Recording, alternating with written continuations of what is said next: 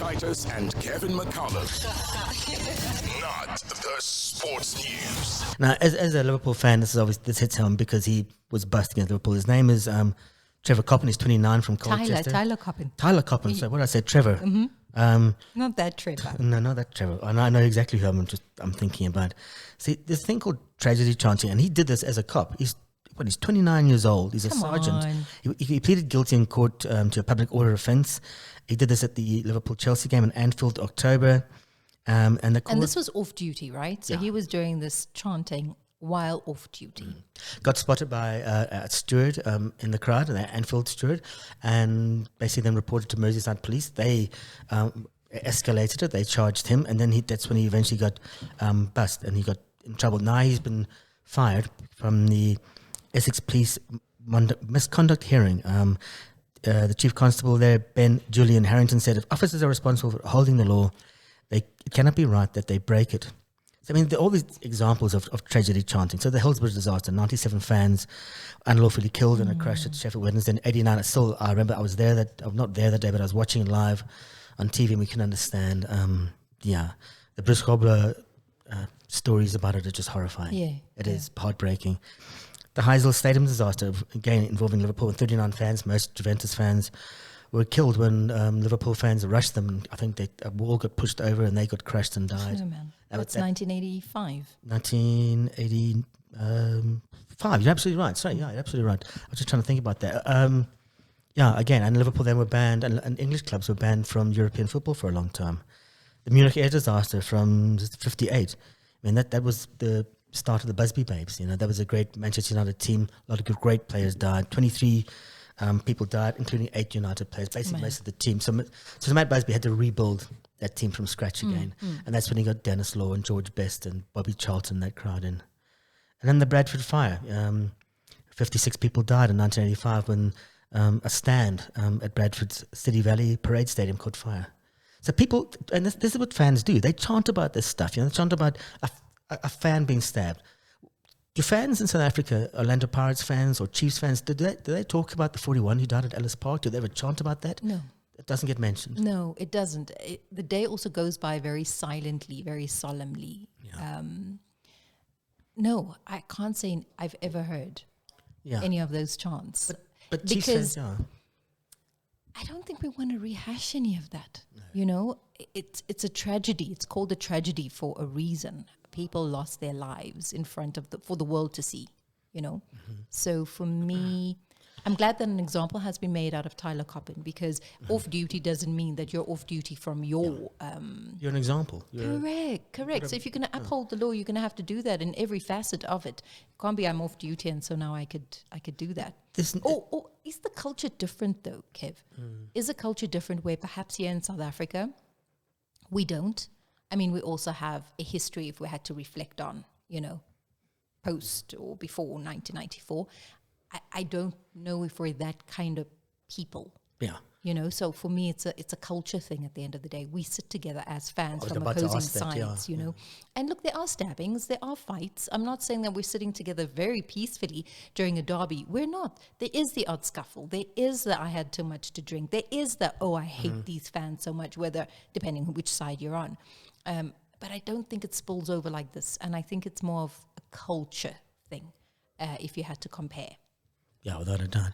And then the Schumacher story, we did report on this last week, but now there's been an update. Yeah, so, I mean, it was obviously someone close to the family that was trying to blackmail. It saw 3 accused conspirators threatening to release a large collection of private videos and photos of the 7-time F1 world champion onto the dark web and asking for a huge sum of money to be transferred. And the court found these 3 people guilty of trying to extort money from the Formula One legend's family with the threat of releasing these videos and photos. And now remember, Schumacher has not been seen in public since he suffered brain injuries in 2013 in that skiing accident, and his family have really kept everything to do with Shumi very, very, very private. And one was given a jail sentence only, and the blackmail attempt that saw the 3 conspirators threaten to release that large collection. I don't understand also why not all 3, but anyway, one of the 3, it's Yilmaz Tozturkan.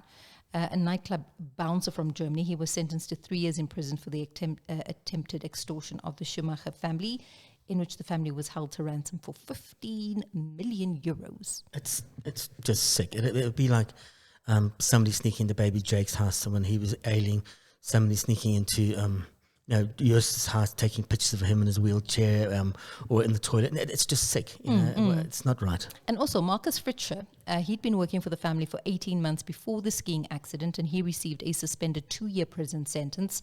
And the Schumacher family believes that is way too lenient. Family of Schumacher, they've lodged an appeal against a far too lenient sentence for one of the defendants, obviously in this blackmail plot. And I quote, "We have appealed against what we consider to be far too lenient a sentence to Mr. F."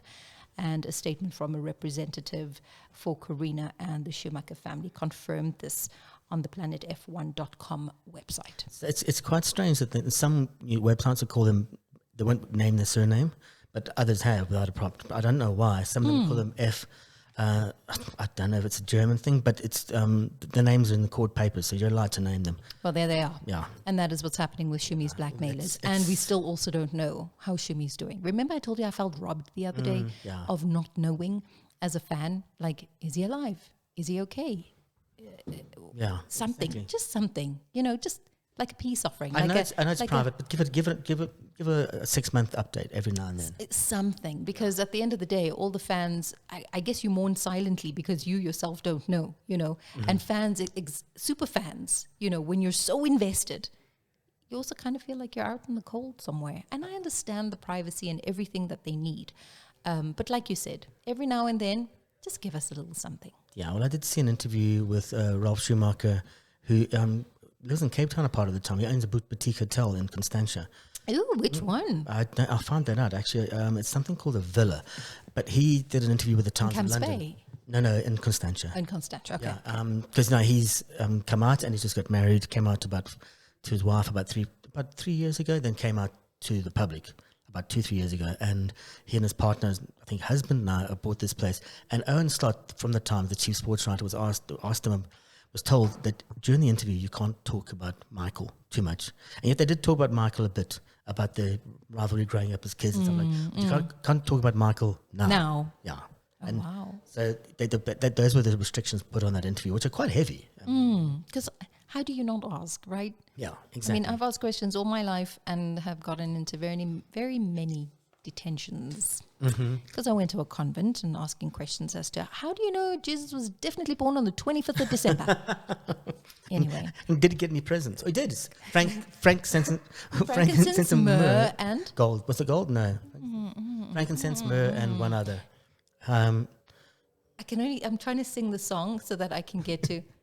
I'm going to have to Google Jesus presents. Frankincense, myrrh, and I think you're right, could be gold. What was it? Of course, I Google it and it goes, Jesus gifts. Oh, man. Three wise men. Yeah, 3 wise men. Gold, gold, it was gold. Yeah, gold, frankincense, and myrrh. Yeah. See, Excuse me. Not half as bad as I think. And frankincense and myrrh happens to be the anti-aging oils. Did you know that? But Jesus is immortal. Why would he need that? Now we know why. Frankincense and myrrh. Anyway, Hannibal, the flesh eater. This just gives me goosebumps every time I read it. I just don't process well visually. But it's more about the racism than the flesh eating. So, Burnley midfielder, his name is Hannibal Midbury. I practiced that and then I still buggered it up. And he's accused the Preston forward, Militon Osamach, of racially abusing him during Saturday's goalless draw in the championship at Deepdale. Match was delayed for several minutes actually in the second half, when the Tunisian reacted furiously to something that appeared to be said to him by Osmach. And then Hannibal then spoke to the referee Andrew Kitchen. The former Manchester United manager said he's not going to be quiet about this. Now this guy, he's obviously refuted these claims of racism, but he was banned for eight games. Back in October, he bit a guy called Blackburn's Owen Beck on the back of the neck. It was a bit of a scuffle. Owen Beck got sent off, bit of a scuffle. And as he got sent off, he bit him. And then he was fined £15,000, sent off. Scott Parker, the manager of Burnley, was actually very, very supportive of his player. Just something that was said to Hannibal inappropriate, which he's reported. I can clearly see, obviously, he was very distressed and in that moment, and tried to firstly get some context what exactly has happened, because obviously he was very emotional, so tried to get some context on exactly what happened. He explained to me what was said, and in that moment, just finding out about him, how he is, and where he was in his headspace, and what he wanted us to do. So yes, it'll go down to process now, due process. So we'll see. I thought the officials were brilliant in terms of how they dealt with it. I thought they were spot on. I thought the way they handled it and dealt with the whole situation was first class to them. Yeah, it's. I'm glad the referee stood up for him. Glad his manager's standing up for him. I mean, it's ongoing, and it seems to be players from a certain country or from a certain set of countries who think it's okay to racially abuse other players, and particularly in English football, Spanish football, and it's been more or less stamped out of German football and obviously Dutch football, but it seems to be Italy as well. Just players, if you're of a different hue, a different color, you get abused, and it's like that easy chirp. I mean, if you're gonna chirp someone, be clever, chirp them about their ears. Hey, bro, can you pick up DSTV on that? But then it's body shaming again, Oh, that's okay. It's not right. Body shaming is okay. Well, we body shamed the Royal AM chairman. What's his name? Andile. Because he's basically, when he puts on that top, he looks like a jellyfish in a condom. Kev, let me move on. What's a Mampara? It is Tuesday, and we're going through the list now. It is contender number 3. It is number 3, right? It is, yeah. Okay, no, good. 4, because I can't count. We've done the Cop, we've done the Schumacher, and we've done Hannibal Lecter. Number 4, coming in hot at number 4, is obviously Elena Rybakina. She has a coach, and the coach of the 2022 Wimbledon champion. He's been given 1-year suspension by the WTA. This is after investors concluded that his behavior towards her had breached the tour's code of conduct.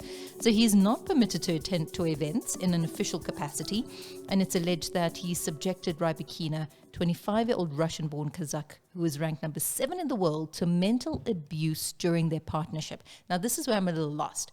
So the way I understand the story is this is her coach pushing her to the limits, That's right, yeah. Mental abuse. He's called her stupid. He said if it wasn't for him, she'd still be out there in Russia picking potatoes, and he really has basically made her. That's, yeah. So it's a 5-year partnership between Vukov and Rybakina that ended at last year's US Open, and harassment on multiple text messages also. And then... So Portia Archer, the WTA's tour executive, she pushed this investigation because of ongoing, basically allegations of abuse against. So she's the one that then sees. Yeah, she's seen it happen. She picks up something as and not it's, okay. Apparently, it's widespread and it's well known. People have seen it with their own eyes. So when they say partnership, they just mean coach. And you see, this they is had a bit of a boyfriend, a girlfriend thing going on there as well. He's 37, she's 25. Yeah. Now, but here's the thing. So for me, Rabienka, she's not happy about this. And this is the bit that worries me. She said, I'm disappointed with the situation. I don't want to talk about it. But then Coco Gauff came out and actually gave, I think her insight here is extraordinary. She said, I think it's great that WTA is making sure that they're out to protect players. I definitely think that's important in a sport, because a lot of times if you look, sometimes victims don't even know they're victims. And this sport has happened so many times. And that's a huge insight from me. Andy Roddick was on his podcast called Quick Serve, one of my favorite podcasts. He's great. He's incisive. He doesn't take prisoners. This is his take on it. There have been rumors for years that this has kind of been a toxic relationship. There have been a lot of commentators who have sat near Vukov during matches and said, the way he operates is kind of, right there at the line of verbal abuse. And that's what we can see. And that's what he's willing to do in front of, thousands of people in a crowd. I think there was a collective sigh of relief. There was a lot of pullouts where it's at the US Open last year, everything was fine. First round, she wins 1-1 and then pulls out of the tournament. And it seemed like that was the least surprising part of it, was that the pullouts were kind of surprising always, right? It was inconsistent, and Anyway, so they reportedly split, at least with their coaching relationship. The investigation says that he broke the code of conduct by kept reaching out and doing other stuff. So, and then we all reacted pretty positively to Rybakina bringing Goran Ivanisevic on. It's like, great, clean slate, someone who's jovial, someone who has a sense of humor, someone who is kind of like that toxic type of coach-player relationship. And then the reports come out that she releases something on social that says Vukov's back in my team, and apparently that was news to Goran Ivanisevic, which is like bonkers, beyond bonkers, for your coach not to know what's going on and read about it in news reports and on social media.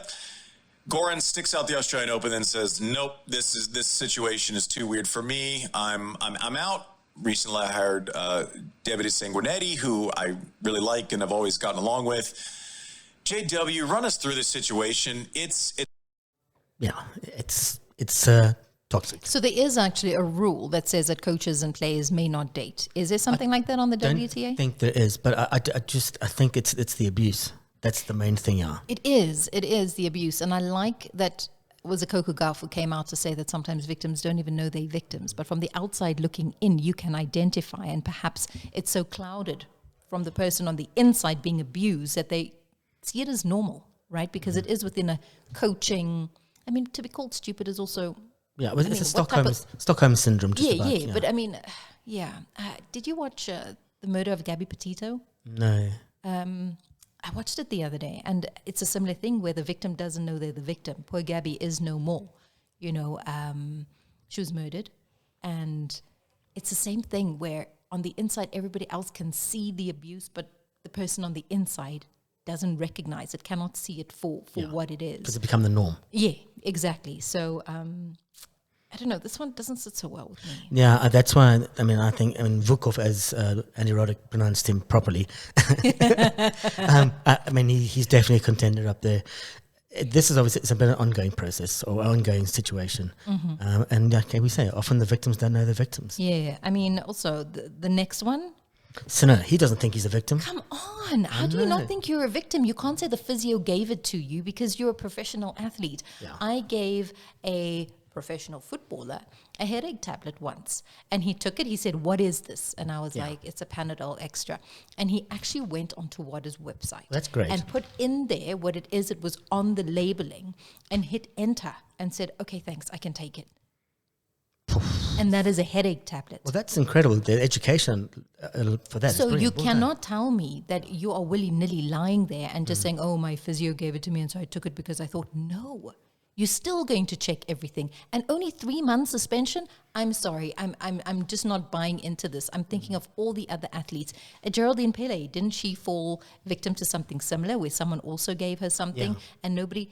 I'm just trying to think of the long string of athletes that come before Sinner. So why is Sinner a saint?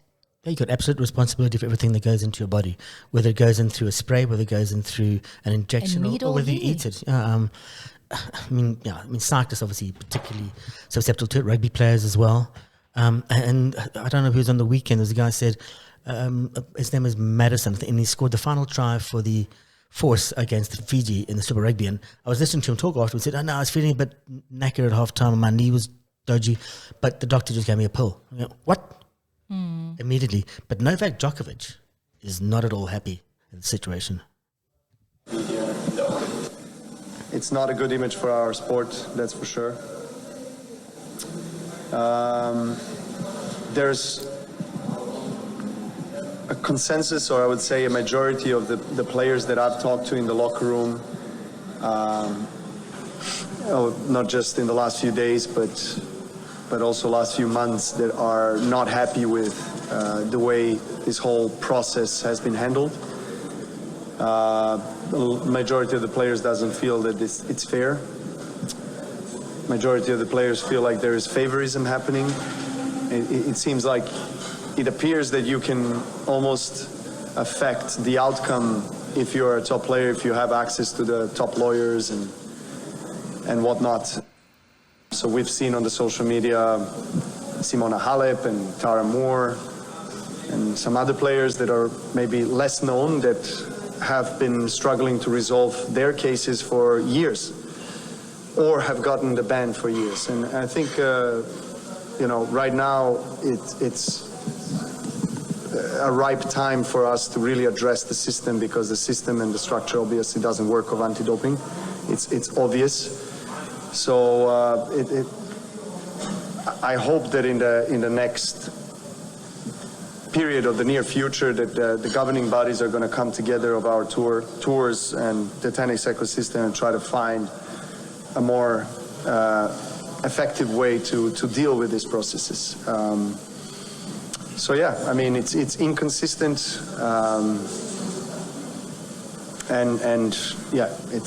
it appears to be very unfair. The inconsistency is something that frustrates all the players. It's like if you are going to treat every case individually or independently, which is what's happening, then there is no consistency, then there is no transparency, and some cases are transparent, some are not. We know that there's a kind of a vague rule that I read that it's within a reasonable time you have to provide information where you got contaminated substance, and he provided it in this, as I understand, 6-hour window, but it's not. It doesn't say in the rules it's a 6-hour. It's a reasonable time. So what's the reasonable time?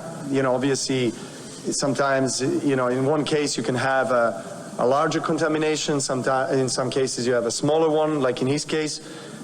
But the problem is that right now there is a lack of trust generally. He's as dodgy as Elon Musk running the dodgy department for Donald Trump. Look, I have a very simple solution. And my solution is Water should re-look at everything that is on the banned list and let some of the smaller things go. Or else we're forever going to have this conversation, because it seems like everything is on the list. Yeah. So can we take, well, I'm not saying it is. As an example, can we take ibuprofen off? Yeah. Can we take its cousin off and its cousin's friend also off? Because I just feel the list is so long that can we then just put up the real, the real drugs, for lack of a better description, and we keep it moving? Because every other day we're going to hear about something, somehow, some way, somehow.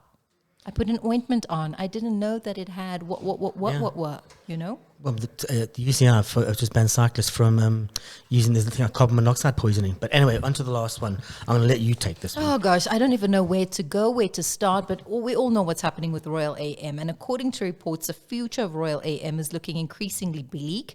The Sars thing is pending. They have not played games, and 40 million rand is still in question. But what is the club's fate? Like, where are we going? A lack of conflict of interest in the leadership structure.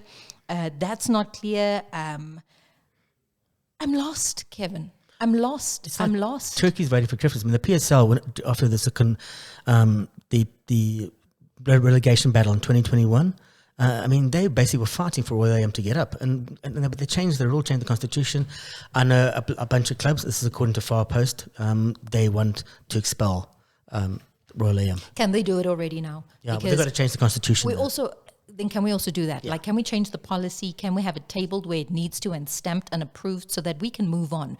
Because we're all sitting here and it's so unfair on everybody else that abides by all the rules that are set out. And then there's one misdemeanor here and now we're all like eyeballing the situation, I'm tired of eyeballing it. Yeah. I'm tired of talking about it as well. And I just think, out of respect for all the other teams, can we please get a move on? If this club is going to be sold, can it be sold? Who is buying? And then can we just all merrily move on? Because I just feel so stuck in the story. Yeah. I try and make sense of it. We've tried to get to the nitty-gritties. It's about the constitution now. Is that being changed? How quick can it be changed? Who do you need to ratify? How many people do you need to make quorum? Yeah. Can we just do what needs to be done so that we can move on? It's like a messy divorce. We are not going anywhere. And speaking of moving on, we need to choose a winner. I think Sinner. Or Vukov. Vukov, well done. You can fuck off. And speaking of fucking off, that's what we're going to do. We're back again tomorrow. Until then, cheerio. Live and on demand. Welcome to Omni Sport.